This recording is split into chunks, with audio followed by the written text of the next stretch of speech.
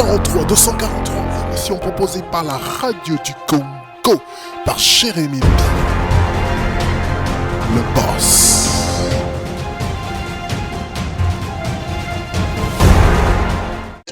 Maître Ricky Muganza, avocat au barreau de Kinshasa-Gombe. Bonsoir, Maître Ricky.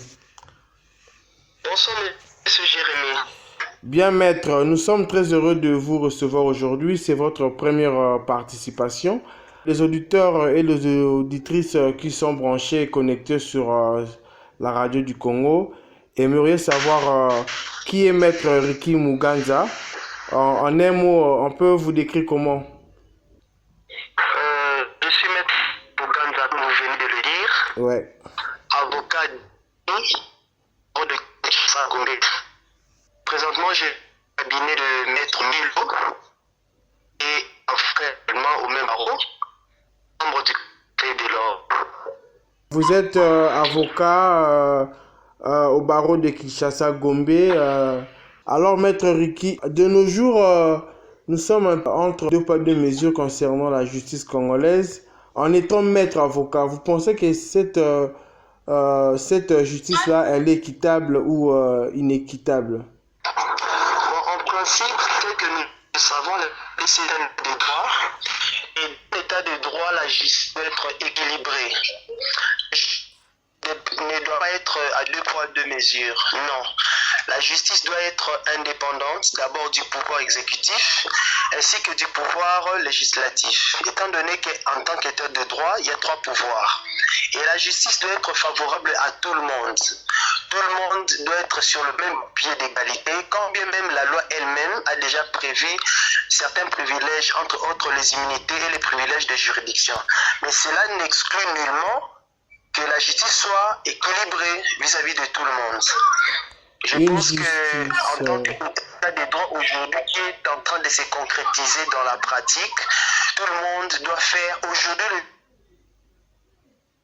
justice, de sorte que le juge, en tant qu'organe qui est censé appliquer les décisions de la justice, doit également être indépendant. Les juges ne doivent pas être dépendants du pouvoir exécutif, moins encore du pouvoir législatif. Donc aujourd'hui, je pense avec l'évolution des choses, les gens doivent faire confiance à la justice. À cette justice congolaise, voulais-je dire? Bien sûr que oui, à la justice congolaise. Bien, merci Maître Ricky Muganza de votre entrée. Alors, allons-en au fait, Maître. De cette justice-là que vous parlez, vous trouvez ça normal, la mesure prise par l'hôtel de ville, le gouverneur Gentilin Ngobila? Il est en train de démolir des maisons préfabriquées dans la ville de Kinshasa. Comment trouvez-vous ces mesures-là? Premièrement, dans un état de droit, il y a ce qu'on appelle le respect des normes d'entrée des jeux. Quand on dit le respect des normes, les gens doivent se conformer à toutes les règles que les autorités publiques mettent en place. Okay. Par ricochet, les autorités publiques censées de faire exécuter les normes ou les règles juridiques sont également appelées à le faire en bon père de famille. Cela revient à dire que lorsque les autorités en place prennent des mesures pour remettre les choses en ordre, ils doivent être conséquents. Je prends l'exemple lorsque le gouverneur Gentilin Ngobila prend l'option ou un arrêté gouvernemental de détruire les maisons préfabriquées ou les constructions anarchiques. Je pense dans le pays sérieux, l'autorité qui prend cette décision-là ou les autorités qui prennent les décisions doivent également prévoir des mécanismes pour satisfaire ou bien pour trouver des solutions aux personnes victimes, entre guillemets, de ces construction, vous comprenez un peu ce que je veux dire? Oui, je comprends, maître. L'autorité ne doit pas seulement prendre l'option. L'autorité ne doit pas seulement prendre l'option de détruire et de s'arrêter là. Non. Oui, vous détruisez les constructions anarchiques, vous détruisez les maisons préfabriquées mal stationnées. Oui, mais qu'est-ce que vous prenez maintenant comme solution afin de résolver ou de satisfaire ces personnes-là victimes de la construction? Vous voyez un peu. Oui, moi, je maître. pense que c'est ça le gouverneur Ngobila ainsi que les autres autorités du pays devaient penser à ces personnes-là. Vous comprenez un peu? Dans des pays organisés, lorsqu'on veut par exemple un immeuble pour cause d'utilité publique, les personnes propriétaires ou détenteurs des immeubles qui seront détruits sont indemnisés. Vous voyez un peu? Dans des pays sérieux. Or, et de constater ici en RDC, ils peuvent vous détruire, mais bon, les solutions parfois qui surgissent ne seront pas toujours satisfaisantes. Oui, maître Ricky, vous êtes en train de parler de la politique de prévention, mais maintenant là, c'est l'État qui a donné à la population à construire là. Aujourd'hui, ça devient des maisons anarchiques, construction anarchique, voulais-je dire. Mais c'est quoi une construction anarchique? Le problème d'abord, en premier lieu, avant de définir ce qu'on entend par construction anarchique, où était l'État lorsque ces constructions-là, entre guillemets, anarchiques se faisaient? Où était l'État? Parce que nous devons être conséquents.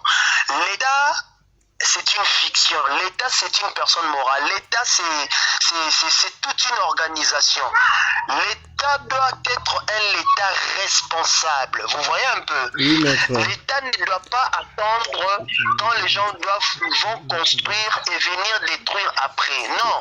L'État est censé déjà prendre des mesures ou des précautions pour faire comprendre à la population que ici il faut construire et ici il ne faut pas construire. Si vous voulez construire ici, il y a de préalables. Vous voyez un peu? Nous avons tous vu ça dans le cours qu'on appelle le droit de l'environnement, par exemple. Oui, alors, le droit de l'environnement, par exemple, il y a même dans le cours, il y a un chapitre ou une notion dans le droit civil des biens qu'on appelle le domaine public de l'État. Dans le domaine public de l'État, on ne construit pas n'importe comment. D'abord, le principe est que dans le domaine public, on ne construit pas. Vous voyez un peu ce que nous voulons dire. Alors, l'État aujourd'hui, il doit être un État responsable. Ça doit être un État qui prend des mesures, qui fait appliquer les normes qui sont censées être respectées dans un État, surtout dans un État de droit tel que la RDC. Alors, oui, maître Ricky, un État, s'il vous plaît, un État responsable, comme vous venez de dire, mais est-ce que ces victimes-là ont été indemnisées? Est-ce qu'on leur a donné quelque chose pour aller ailleurs? Ou un abri?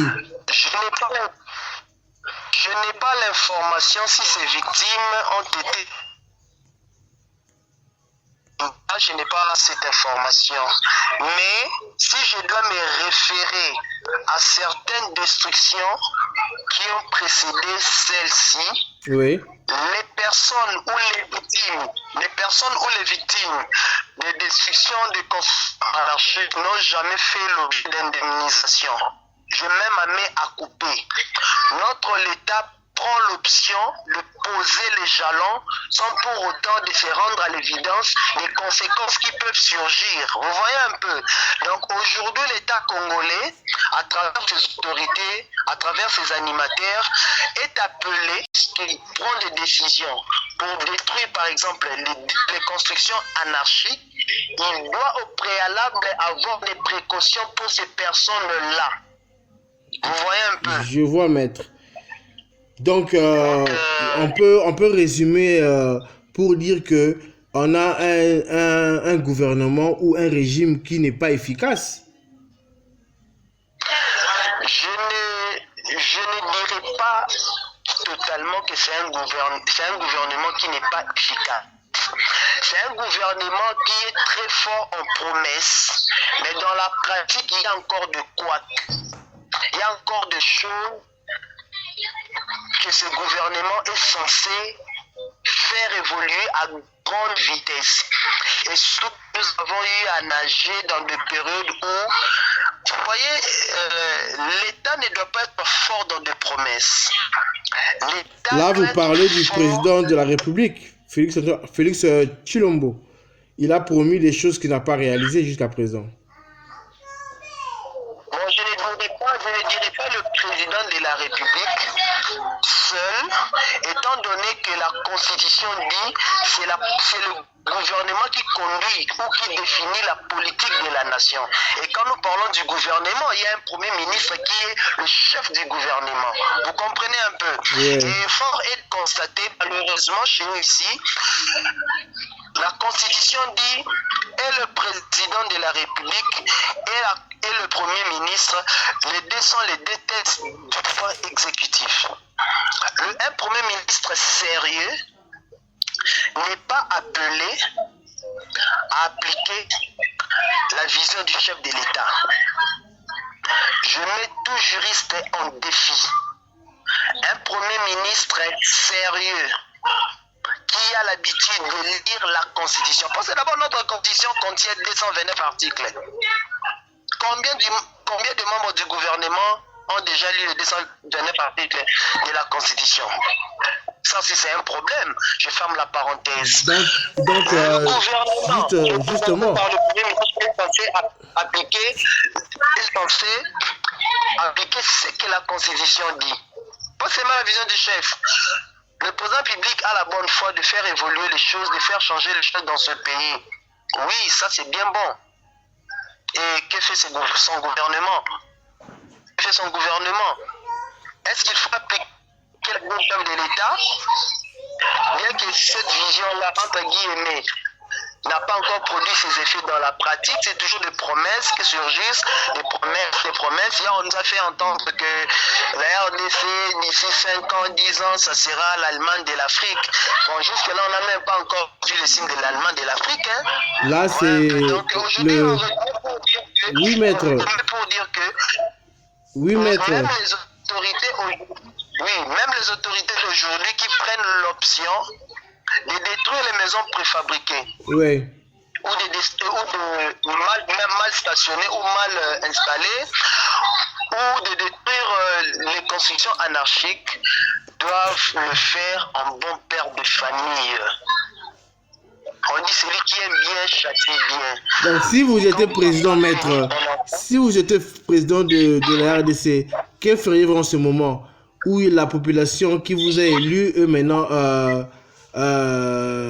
loin de sa maison, on est en train de démolir les immeubles. On l'a vu à la télé, les gens sont en train de pleurer. Si vous étiez le président, qu'allez-vous faire en ce moment? Si j'étais à la place du président de la République, avant d'ordonner ou avant que le gouverneur de la ville détruise les constructions anarchiques, entre guillemets les maisons préfabriquées, en tant qu'un chef responsable, je dois prendre des précautions pour ces victimes-là, compte tenu de la réalité de notre pays. La réalité de notre pays est celle-ci. D'abord, il y a un taux de chômage élevé. Les gens ne mangent pas bien. L'argent est difficile. Le transport est difficile. L'économie du pays est en train de patauger. En tant que père de la nation, en tant que chef de l'État, je suis censé de prendre des précautions. Il y a des moyens. La RDC ne manque pas de moyens. Et à souligner aussi que c'est son année, c'est son année électorale. Donc, il a toutes les cartes pour jouer en sa faveur. Dire qu'il a toutes les cartes pour jouer en sa faveur, c'est bien bon. Mais attention, aujourd'hui les choses ont évolué. Moi qui vous parle en 2018, j'ai été membre du bureau de vote. J'ai été membre du bureau de vote, j'ai été membre du bureau de dépouillement. Et dans notre centre, il y avait à boire et à manger. Les gens étaient très éveillés. Les choses s'est passées en bonne et due forme avec beaucoup de sérieuxité.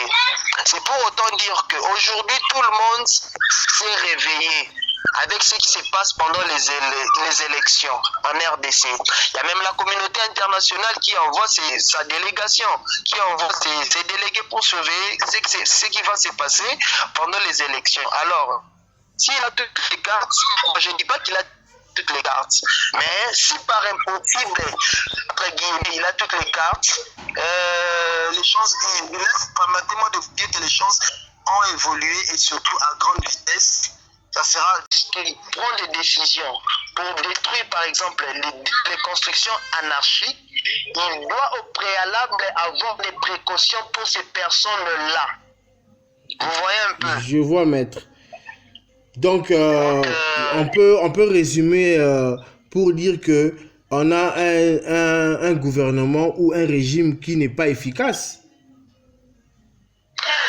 Je ne dirais pas totalement que c'est un gouvernement qui n'est pas efficace. C'est un gouvernement qui est très fort en promesses, mais dans la pratique, il y a encore de quoi. Il y a encore des choses que ce gouvernement est censé faire évoluer à grande vitesse. Et surtout, nous avons eu à nager dans des périodes où, vous voyez, l'État ne doit pas être fort dans des promesses. Là, vous parlez du président de la République, Félix Tshilombo. Il a promis des choses qu'il n'a pas réalisées jusqu'à présent. Bon, je ne dirais pas le président de la République seul, étant donné que la Constitution dit c'est le gouvernement qui conduit ou qui définit la politique de la nation. Et quand nous parlons du gouvernement, il y a un premier ministre qui est le chef du gouvernement. Vous comprenez un peu? Yeah. Et fort est de constater, malheureusement chez nous ici, la Constitution dit et le président de la République et le premier ministre, les deux sont les deux têtes du pouvoir exécutif. Un premier ministre sérieux n'est pas appelé à appliquer la vision du chef de l'État. Je mets tout juriste en défi. Un premier ministre sérieux qui a l'habitude de lire la Constitution. Parce que d'abord, notre Constitution contient 229 articles. Combien de membres du gouvernement ont déjà lu les 229 articles de la Constitution? Ça, si c'est un problème, je ferme la parenthèse. Donc justement. Par le premier ministre est censé appliquer ce que la Constitution dit. Pas seulement la vision du chef. Le président public a la bonne foi de faire évoluer les choses, de faire changer les choses dans ce pays. Oui, ça c'est bien bon. Et que fait son gouvernement? Que fait son gouvernement? Est-ce qu'il faut appliquer le chef de l'État? Bien que cette vision-là, entre guillemets, n'a pas encore produit ses effets dans la pratique, c'est toujours des promesses qui surgissent, des promesses. Hier, on nous a fait entendre que la RDC, d'ici 5 ans, 10 ans, ça sera l'Allemagne de l'Afrique. Bon, jusque-là, on n'a même pas encore vu le signe de l'Allemagne de l'Afrique. Hein. Là, c'est donc, aujourd'hui, on veut pour dire que... Oui, maître. Pour dire que... Oui, maître. Même les autorités d'aujourd'hui qui prennent l'option de détruire les maisons préfabriquées. Oui. Ou mal stationnées ou mal installées, ou de détruire les constructions anarchiques, doivent le faire en bon père de famille. On dit celui qui aime bien châtie bien. Donc si vous étiez président, maître, si vous étiez président de la RDC, que feriez-vous en ce moment où la population qui vous a élu est maintenant loin de sa maison, on est en train de démolir les immeubles. On l'a vu à la télé, les gens sont en train de pleurer. Si vous étiez le président, qu'allez-vous faire en ce moment? Si j'étais à la place du président de la République, avant d'ordonner ou avant que le gouverneur de la ville détruise les constructions anarchiques, entre guillemets les maisons préfabriquées, en tant qu'un chef responsable, je dois prendre des précautions pour ces victimes-là, compte tenu de la réalité de notre pays. La réalité de notre pays est celle-ci. D'abord, il y a un taux de chômage élevé. Les gens ne mangent pas bien. L'argent est difficile. Le transport est difficile. L'économie du pays est en train de patauger. En tant que père de la nation, en tant que chef de l'État, je suis censé de prendre des précautions. Il y a des moyens. La RDC ne manque pas de moyens. Et à souligner aussi que c'est son année, c'est son année électorale. Donc, il a toutes les cartes pour jouer en sa faveur. Dire qu'il a toutes les cartes pour jouer en sa faveur, c'est bien bon. Mais attention, aujourd'hui les choses ont évolué. Moi qui vous parle en 2018, j'ai été membre du bureau de vote. J'ai été membre du bureau de vote, j'ai été membre du bureau de dépouillement. Et dans notre centre, il y avait à boire et à manger. Les gens étaient très éveillés. Les choses s'est passées en bonne et due forme avec beaucoup de sérieuxité. C'est pour autant dire qu'aujourd'hui, tout le monde s'est réveillé avec ce qui se passe pendant les élections en RDC. Il y a même la communauté internationale qui envoie sa délégation, qui envoie ses délégués pour surveiller ce qui va se passer pendant les élections. Alors, s'il a toutes les cartes, je ne dis pas qu'il a toutes les cartes, mais si par impossible, entre guillemets, il a toutes les cartes, les choses, permettez-moi de vous dire que les choses ont évolué et surtout à grande vitesse. Ça sera à grande vitesse, ça sera difficile pour eux de tricher, pas seulement pour eux, ça peut aussi être de la partie adverse ou du camp adverse. Les choses ont vraiment évolué, tout le monde est vraiment très éveillé, surtout pendant les périodes des élections. Voilà un peu en quelques mots. Merci beaucoup. Je rappelle aux auditrices et auditeurs de la radio du Congo, c'est Maître Ricky Muganza, avocat au barreau de Kinshasa-Gombe. Merci Maître pour cette intervention. Nous allons prendre une pause pour revenir à notre deuxième sujet qui sera la venue du pape. C'est déjà pour demain. Demain, on aura le pape qui va venir au sol congolais. On va prendre une pause de 30 secondes pour revenir juste après. D'accord, merci, je suis là. Parti. Bien, merci pour cette pause. Nous sommes de retour sur notre radio du Congo, toujours avec Maître Ricky Muganza, avocat au barreau de Kinshasa-Gombe. Maître Ricky, maintenant nous allons parler de l'arrivée du pape, le pape qui sera là à Kinshasa demain, dans la capitale de la RDC. On se demande un peu, cette arrivée du pape, est-ce une visite du pape, un instrument de propagande pour le président Félix Tshisekedi? On rappelle que le député, l'ancien député Adam Bombole a tweeté pour dire que utiliser la visite du pape comme un instrument de propagande électorale est une injure contre le Saint-Père. Vous partagez les mêmes avis? Merci, monsieur Jérémy. D'abord, il faut de le rappeler. L'arrivée du pape François Ier était déjà programmée l'année passée, 2022. Or, malheureusement, compte tenu de son état de santé, ça a été procrastiné pour le mois de janvier 2023. Pour répondre directement à la question, l'arrivée du pape n'a rien à voir. J'aimerais préciser une chose. Je ne parlerai pas seulement du président de la République. Parce que le président de la République n'a pas de problème à cet âge ou à son arrivée. Le président de la République, il est bien là où il est. J'aimerais attirer l'attention de tous les politiciens congolais, que ce soit du du FCC, que ce soit aujourd'hui de l'Union sacrée, que ce soit pour politique, l'opposition républicaine, la société civile, l'arrivée du pape François Ier n'a rien à voir avec les politiques ou les acteurs politiques congolais. Son arrivée a déjà été bel et bien programmée dans son agenda, dans l'agenda du pape. Là, je parle maintenant dans ma casquette en tant que chrétien congolais informé, catholique.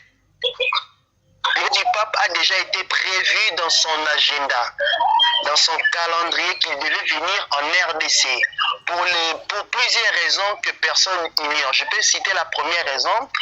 Aujourd'hui, la RDC est considérée comme le premier pays au monde là où il y a beaucoup de chrétiens.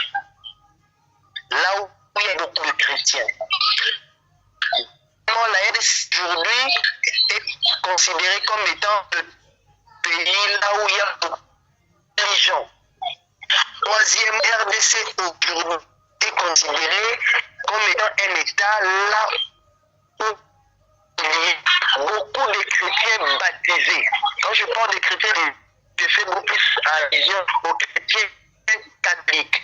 Quoi de plus normal d'attirer l'attention du pape, de chuter en merde. Ok. Tout ce qui est circulé sur les réseaux sociaux, sur le média, enfin, les politiciens se trompent, comme tout politicien congolais qui aime bien se tromper.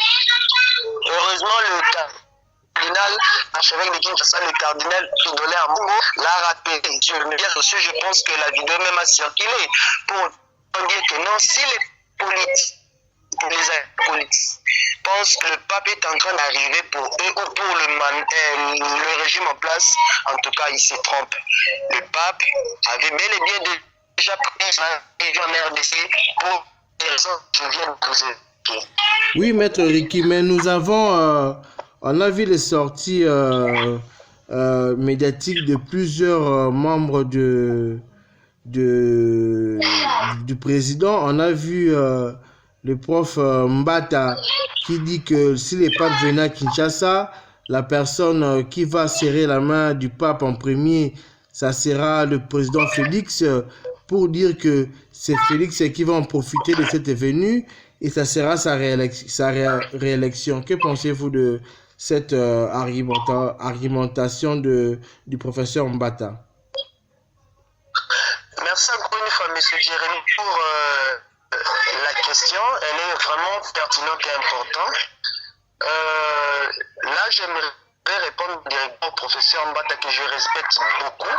Et premièrement, il fait de le rappeler, le professeur Mbata m'a donné cours.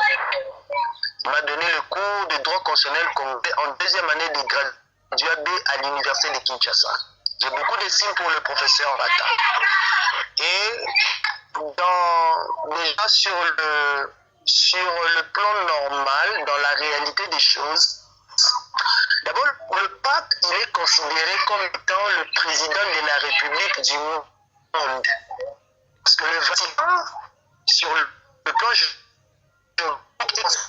comme un État qui fait d'office au pape François comme étant le chef de cet État-là qui est le Vatican.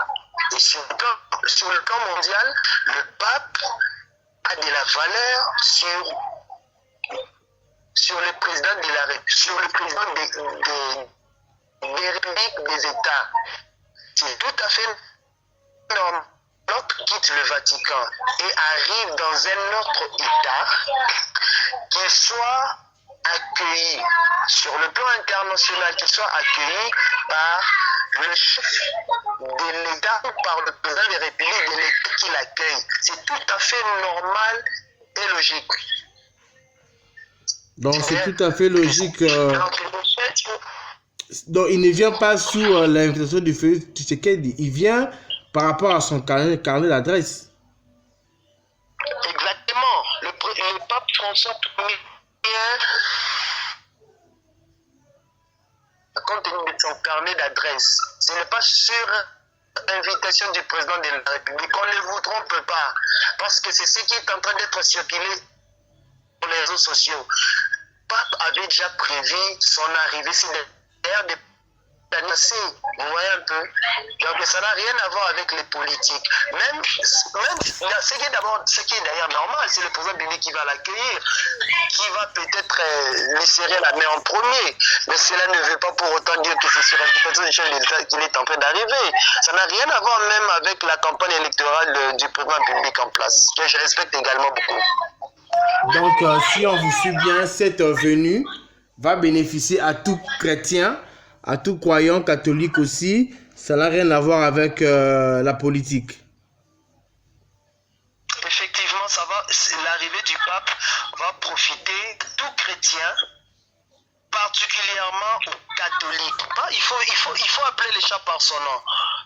Ça va profiter à tout chrétien de manière générale et en particulier aux catholiques. Ça n'a rien à voir avec les politiques. Donc, sur ce, nous allons voir le pape déjà demain sera à Kinshasa. On va voir par où il va commencer. Il était prévu que le pape puisse s'y rendre à l'est du pays, mais selon nos dernières informations, il fera que 3 jours à Kinshasa. Et pourquoi n'irait-il pas à l'est? C'est pas rassurant pour le pape, ou il y a une autre raison qu'on ne connaît pas? Bon, la raison pape d'arriver jusqu'à l'est, si je ne me... Le pape, d'abord, comme je venais de le dire, il vient dans un état, il vient dans un pays où il y a beaucoup de chrétiens, où il y a beaucoup de croyants, chrétiens, catholiques, les plus baptisés, et l'Église au monde. Ça, c'est la première des choses, c'est même la raison principale. Alors, il vient dans un pays où la République, mais aussi il s'est rendu à l'évidence d'informer que dans le pays où il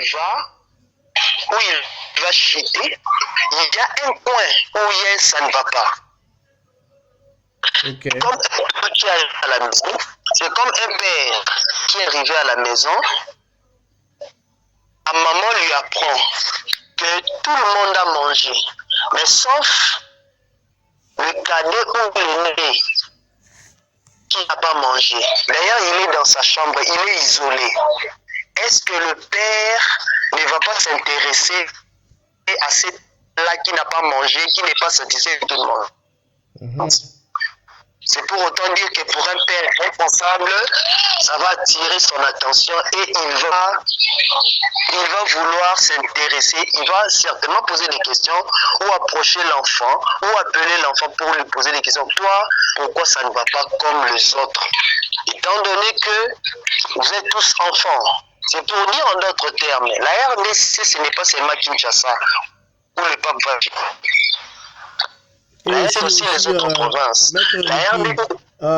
Mais les gens se demandent, la population en général se demande aussi, oui, le pape viendra, il y aura le chrétien catholique vont se réjouir de voir leur pape devant eux à Kinshasa. Mais qu'est-ce que l'on gagne? Est-ce qu'il y a un gain du point de vue, je sais pas, économique ou culturel ou spirituel? Qu'est-ce que l'on gagne, nous, les RDC, par rapport à cela? Une visibilité mondiale? Je vais répondre en 2 facettes. D'abord, sur le plan de la religion, si je peux le dire ainsi. Non, je dirais sur le plan de la religion. Sur le plan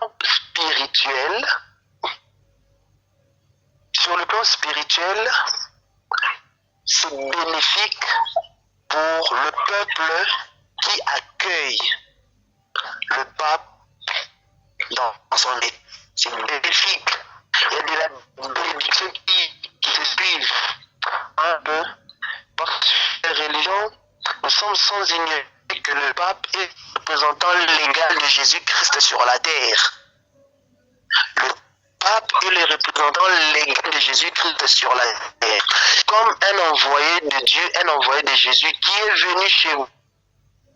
Pour que si vous l'accueillez avec avec beaucoup de gens, avec beaucoup de considérations, vous allez manquer de bénédiction. La réponse, c'est clair. Sur le plan je ne dirais pas sur le plan international, là je serais bon, je dirais sur le plan mondial ou sur le plan culturel, quand même intéressant, ça fait de la joie de voir, sur le plan diplomatique, voilà, c'est le mot approprié, c'est quand même intéressant de voir le pape. Il y a de la valeur, excusez-moi peut-être je serai très clair dans mes propos, le pape a de la valeur sur le président des États du monde. Vous voyez un peu. Alors, le pape qui quitte, il y a combien de pays dans ce monde? Alors, le pape quitte son État, le Vatican, qui va pas aux États-Unis, RDC, pour les raisons que je viens de vous évoquer. Oui, Maître Ricky, mais nous avons, on a vu les sorties médiatiques de plusieurs membres du président. On a vu le prof Mbata qui dit que si les papes venaient à Kinshasa, la personne qui va serrer la main du pape en premier, ça sera le président Félix, pour dire que c'est Félix qui va en profiter de cette venue et ça sera sa réélection. Que pensez-vous de cette argumentation du professeur Mbata? Merci encore une fois, M. Jérémy, pour la question. Elle est vraiment pertinente et importante. Là, j'aimerais répondre directement au professeur Mbata, que je respecte beaucoup. Et premièrement, il fait de le rappeler, le professeur Mbata m'a donné cours. Il m'a donné le cours de droit constitutionnel en deuxième année de graduat B à l'université de Kinshasa. J'ai beaucoup d'estime pour le professeur Mbata. Et déjà sur le plan normal, dans la réalité des choses, d'abord, le pape, il est considéré comme étant le président de la République du monde. Parce que le Vatican, sur le plan comme un État qui fait d'office au pape François comme étant le chef de cet État-là qui est le Vatican. Et sur le plan mondial, le pape a de la valeur sur le président des républiques des États. C'est tout à fait normal. L'autre quitte le Vatican et arrive dans un autre État, qu'il soit accueilli sur le plan international, qu'il soit accueilli par le chef de l'État ou par le président de la République de l'État qui l'accueille. C'est tout à fait normal et logique. Donc c'est tout à fait logique. Donc il ne vient pas sous l'invitation du Félix Tshisekedi, il vient par rapport à son carnet d'adresse. Exactement. Le pape François Ier, compte tenu de son carnet d'adresse, ce n'est pas sur invitation du président de la République. On ne vous trompe pas, parce que c'est ce qui est en train d'être circulé sur les réseaux sociaux. Le pape avait déjà prévu son arrivée, c'est d'ailleurs des annoncé, vous voyez un peu. Donc ça n'a rien à voir avec les politiques. Même ce qui est d'ailleurs normal, c'est le président public qui va l'accueillir, qui va peut-être lui serrer la main en premier. Mais cela ne veut pas pour autant dire que c'est sur l'invitation du chef de l'État qu'il est en train d'arriver. Ça n'a rien à voir même avec la campagne électorale du président public en place, que je respecte également beaucoup. Donc si on vous suit bien, cette venue va bénéficier à tout chrétien, à tout croyant catholique aussi. Ça n'a rien à voir avec la politique. Effectivement, l'arrivée du pape va profiter de tout chrétien, particulièrement aux catholiques. Il faut appeler les chats par son nom. Ça va profiter à tout chrétien de manière générale et en particulier aux catholiques. Ça n'a rien à voir avec les politiques. Donc, sur ce, nous allons voir le pape déjà demain, il sera à Kinshasa. On va voir par où il va commencer. Il était prévu que le pape puisse s'y rendre à l'est du pays, mais selon nos dernières informations, il fera que 3 jours à Kinshasa Et pourquoi n'irait-il pas à l'Est? C'est pas rassurant pour le pape ou il y a une autre raison qu'on ne connaît pas? Bon, la raison, euh, la raison pape d'arriver jusqu'à Est, si je ne me... Le pape, d'abord, comme je venais de le dire, il vient dans un état, il vient dans un pays où il y a beaucoup de chrétiens, où il y a beaucoup de croyants, chrétiens, catholiques, les plus baptisés, et l'Église au monde. Ça, c'est la première des choses, c'est même la raison principale. Alors, il vient dans un pays où la République, mais aussi il s'est rendu à l'évidence et informé que dans le pays où il va chuter, il y a un point où ça ne va pas. Ok. Comme un père qui arrive à la maison, c'est comme un père qui est arrivé à la maison, la maman lui apprend que tout le monde a mangé, mais sauf le cadet ou l'aîné qui n'a pas mangé. D'ailleurs, il est dans sa chambre, il est isolé. Est-ce que le père ne va pas s'intéresser à cet là qui n'a pas mangé, qui n'est pas satisfait de tout le monde? C'est pour autant dire que pour un père responsable, ça va attirer son attention et il va vouloir s'intéresser, il va certainement poser des questions ou approcher l'enfant ou appeler l'enfant pour lui poser des questions. Toi, pourquoi ça ne va pas comme les autres? Étant donné que vous êtes tous enfants, c'est pour dire en d'autres termes, la RDC, ce n'est pas seulement Kinshasa où le pape va vivre. C'est aussi les autres provinces. Mais les gens se demandent, la population en général se demande aussi, oui, le pape viendra, il y aura le chrétien catholique vont se réjouir de voir leur pape devant eux à Kinshasa. Mais qu'est-ce que l'on gagne? Est-ce qu'il y a un gain du point de vue, je sais pas, économique ou culturel ou spirituel? Qu'est-ce que l'on gagne, nous, les RDC, par rapport à cela? Une visibilité mondiale? Je vais répondre en deux facettes. D'abord, sur le plan de la religion, si je peux le dire ainsi. Non, je dirais sur le plan de la religion. Sur le plan spirituel, c'est bénéfique pour le peuple qui accueille le pape dans son état. C'est bénéfique. Il y a de la bénédiction qui se suivent.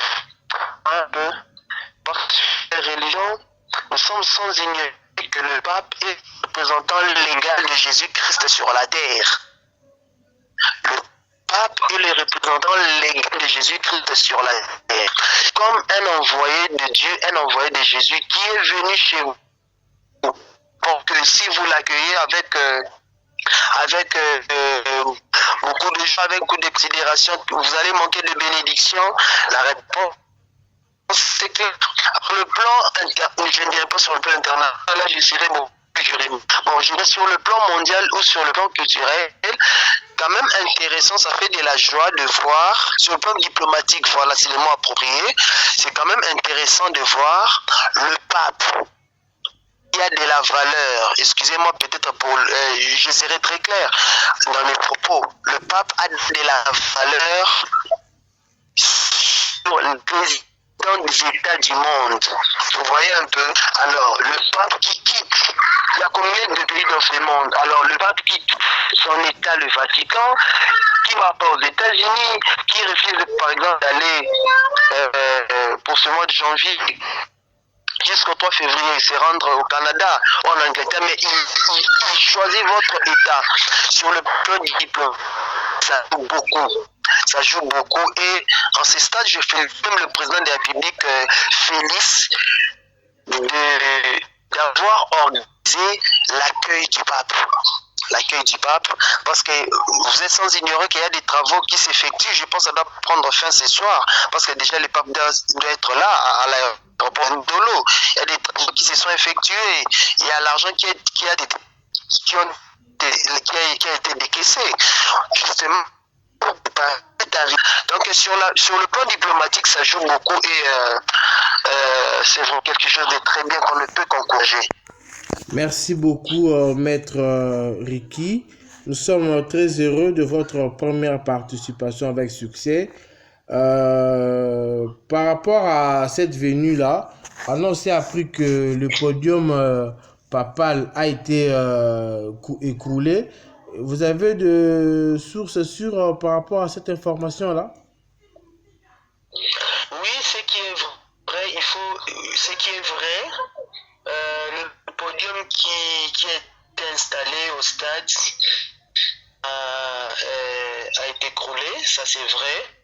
Mais dans la journée, avec les informations que j'ai en ma possession, ça a été réhabillé rapidement et après l'aéroport de Pape doit également se rendre au stade du Martyr, là où il va échanger avec la jeunesse congolaise. Merci beaucoup, Maître Ricky Muganza. Nous rappelons que vous êtes maître avocat au barreau de Kinshasa Gombe.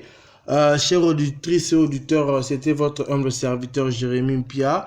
J'étais très heureux avec Maître Ricky Muganza accompagné de vous aujourd'hui, de vous parler de ce qui se passe à Kinshasa. On a parlé de Gentini Ngobila, le gouverneur de Kinshasa, qui est en démolition avec des maisons de construction anarchique.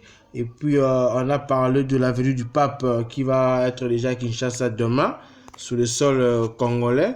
Alors, nous déjà, on va vous dire au revoir, chers auditrices et auditeurs, pour un autre numéro qui va sans doute être diffusé demain à partir de 16h30 heure de Kinshasa et 10h30 heure d'Atlanta aux États-Unis. Merci beaucoup, Maître Ricky. Vous avez un dernier mot? Le dernier mot, je vous remercie pour l'invitation.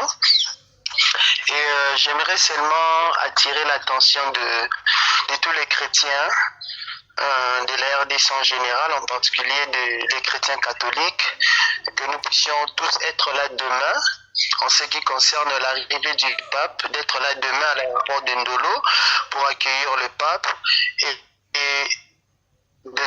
Moi, j'aimerais aussi attirer l'attention de tous les jeunes Congolais, de tous les jeunes chrétiens congolais, d'être là, d'être également le jour suivant au stade pour écouter ce que le pape François Ier a à nous dire par rapport à son arrivée ici en République démocratique du Congo.